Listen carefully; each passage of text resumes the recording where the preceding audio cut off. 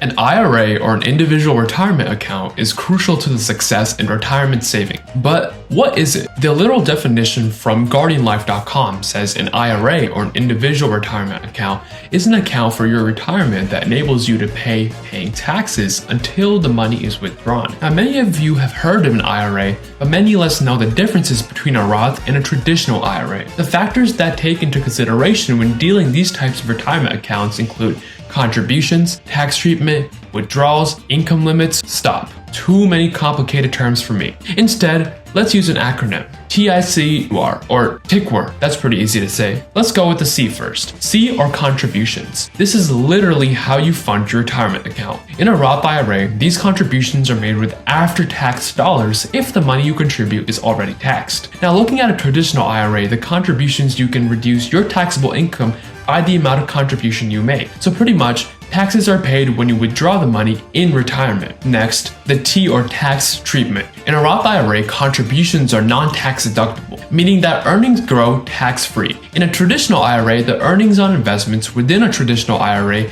grow deferred from tax, which means that you don't have to pay taxes on gains until you make any withdrawals in retirement. Basically, you pay now or you pay later. Third, the W or withdrawals. In a Roth IRA, you can withdraw contributions at any time because you've already paid taxes on them. But for the earnings to be tax-free as a whole, you have to wait to be at least 59 and a half years old and have the account for about 5 years or above. Now, looking at withdrawals in a traditional IRA, money that's taken out is taxed as ordinary income. This means that it'll be taxed at ordinary rates. These type of incomes include salaries, tips, and bonuses. Fourth, income limits. In a Roth IRA, there are a few income limits if you make above a certain amount. See, the IRS themselves said, and I quote, "For the 2022, 2021, 2020, and 2019, the total contributions that you make each year to all of your traditional IRAs and Roth IRAs cannot be more than $6,000 or $7,000 if you're age 50 or older, and if less, your taxable compensation for the year." Going into traditional IRA, there are usually no income limits for contributing a traditional IRA, but you may be subject to not being able to pay for deductible contributions. This happens when you're covered by an employer-sponsored plan. Lastly, the R. The R stands for required minimum distribution, or the minimum amount you must withdraw from your account every single year. Call them RMD for short.